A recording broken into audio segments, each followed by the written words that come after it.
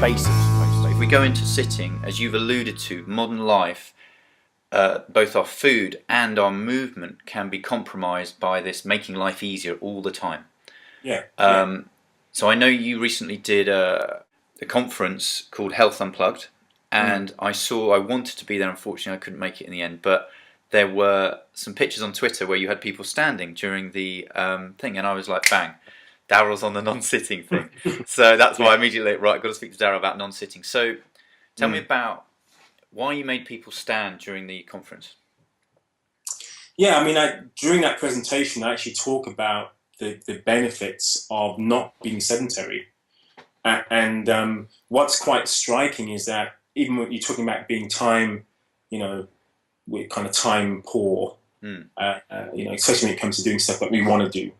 And looking at the definition of being of a sedentary lifestyle, being physically inactive, it's less than 150 minutes of moderate activity a week, which is quite a lot. I mean, I think there's a lot of people who don't hit that target.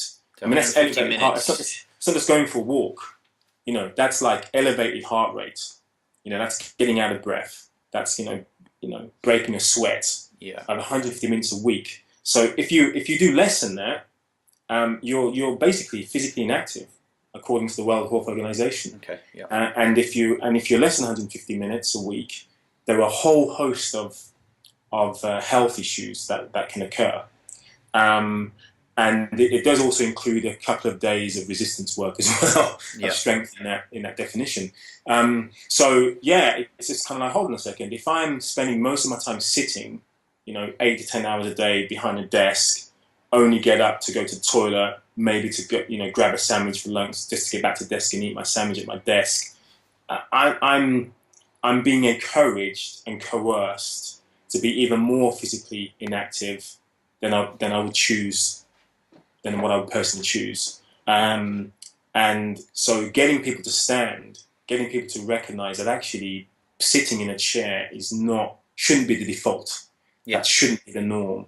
In the developing world, people would sit in a squat, being active, not using the support of a chair to keep, themselves kind of in a seated position.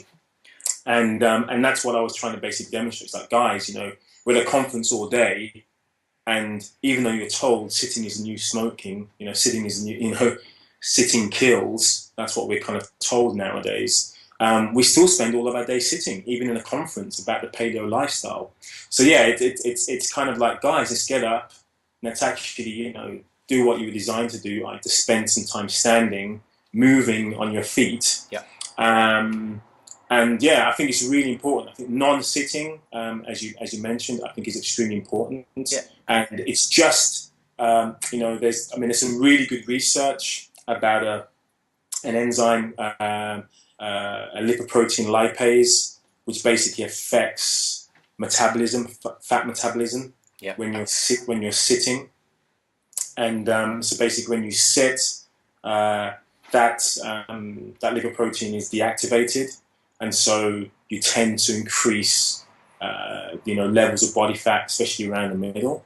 Yeah. And just by standing, so even like every 20 minutes, every 30 minutes, getting out of a seated position, you reactivate the protein lipase and you increase the metabolism. Great. So, there's a lot of our metabolism, of our physiology that responds very well to just not sitting.